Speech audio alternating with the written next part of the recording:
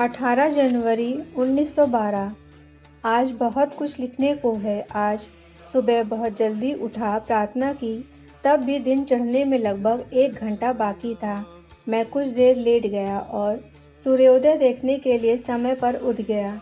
मैं, उपासनी, बापू साहेब जोग तथा भीष्म परमामृत पढ़ने बैठे। तहसीलदार साहब, प्रहलाद, अंबादास, श्री पाटे और उनके सहयोगी लिंगायत अपने निवास स्थान पर लौट चुके हैं।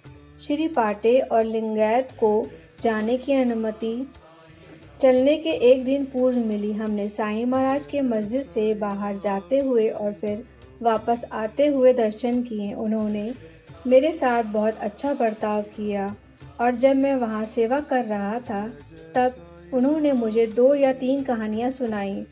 उन्होंने कहा कि बहुत से लोग उनका धन लेने आए थे। उन्होंने कभी उन लोगों का विरोध नहीं किया और उन्हें धन ले जाने दिया। उन्होंने बस उन लोगों के नाम लिख लिए और उनका पीछा किया।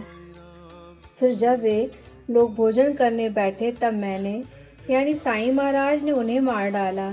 दूसरी कहानी इस प्रकार थी कि एक नेत्रहीन व्यक्ति था, वह तकिए के पास रहता था। एक व्यक्ति ने उसकी पत्नी को फुसला लिया और नेत्रहीन व्यक्ति को मार डाला। चावड़ी में 400 लोग इकट्ठा हुए और उसे दोषी करार दिया। उसका सिर काटने का फरमान जारी किया गया। यह कार्य गांव के जल्लाद ने करना था। उसने उसे अपना कर्तव्य समझकर नहीं अपितु किसी अन्य इरादे से पूरा किया।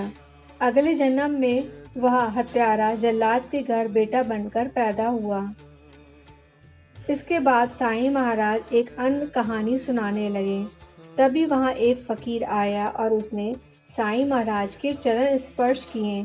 साईं महाराज ने अत्यंत क्रोध प्रकट किया और उसे परे धकेल दिया, किंतु वह जिदपूर्वक बिना धीरज खोए वहीं खड़ा रहा। अंत में साईं महाराज के क्रोध के कारण वह मस्जिद के आंगन की बाहर की दीवार के साथ जाकर खड़ा हो गया। बाबा ने गुस्से में आरती की थाल और भक्तों के द्वारा लाया गया भोग उठाकर फेंक दिया। उन्होंने राम मारुति को उठा लिया। बाद में उसने बताया कि उसे साईं महाराज ने ऐसा करने से इतनी प्रसन्नता ही मानो उसे उच्च अवस्था प्राप्त हुई हो। एक अन्य गांववासी और भाग्य के साथ भी साईं महाराज ने ऐसा ही व्यवहार किया। सीताराम पुनः आरती की थाल लाए और हमने रोज की तरह लेकिन जल्दी में आरती की।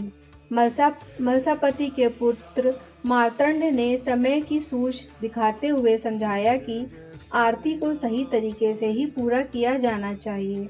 उन्होंने ऐसा तब कहा जब साईं महाराज अपना स्थान छोड़कर परे हट गए, परंतु आरती पूर्ण होने से पूर्व वे वापस अपने स्थान पर आ गए।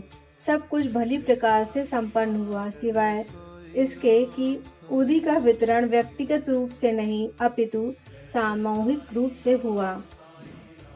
निश्चित रूप से साईं महाराज क्रोधित नहीं थे, अपितु उन्होंने भक्तों को दिखाने के लिए ही संपूर्ण लीला रची थी। इन सब घटना क्रम के कारण सब कुछ देर से हुआ। दाता पाटिल ने अपने पिता के अंतिम संस्कार के मृत्यु भोज का आयोजन किया था, अतः भोजन करते हुए हमें 4:30 हो गए। क्योंकि बहुत देर हो चुकी थी अतः और कुछ करने का समय नहीं था, इसलिए हम साईं महाराज के दर्शन करने चले गए। जब वे घूमने जा रहे थे उसी समय हमने उन्हें प्रणाम किया। रोज की तरह वाड़े में आरती हुई। मेघा इतना बीमार है कि वह खड़ा भी नहीं हो सकता। साईं महाराज ने रात में ही उसके अंत की भविष्यवाणी की।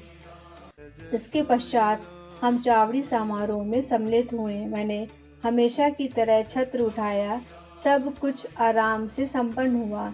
सीताराम ने आरती की। रात को भीष्म के भजन और दीक्षित की रामायण हुई। उपलेख में यह बताना भूल गया कि जब साईं महाराज क्रोध में कुछ कह रहे थे तब उन्होंने ये भी कहा कि उन्होंने मेरे पुत्र की रक्षा की थी और कई बार यह वाक्य भी दोहराया कि फकीर दादा साहेब अर्थात मुझे को मारना चाहता है, पर मैं ऐसा करने की आज्ञा नहीं दूंगा। उन्होंने एक और नाम का उल्लेख भी किया, परंतु वह मुझे अब याद नहीं है। जय साईं राम।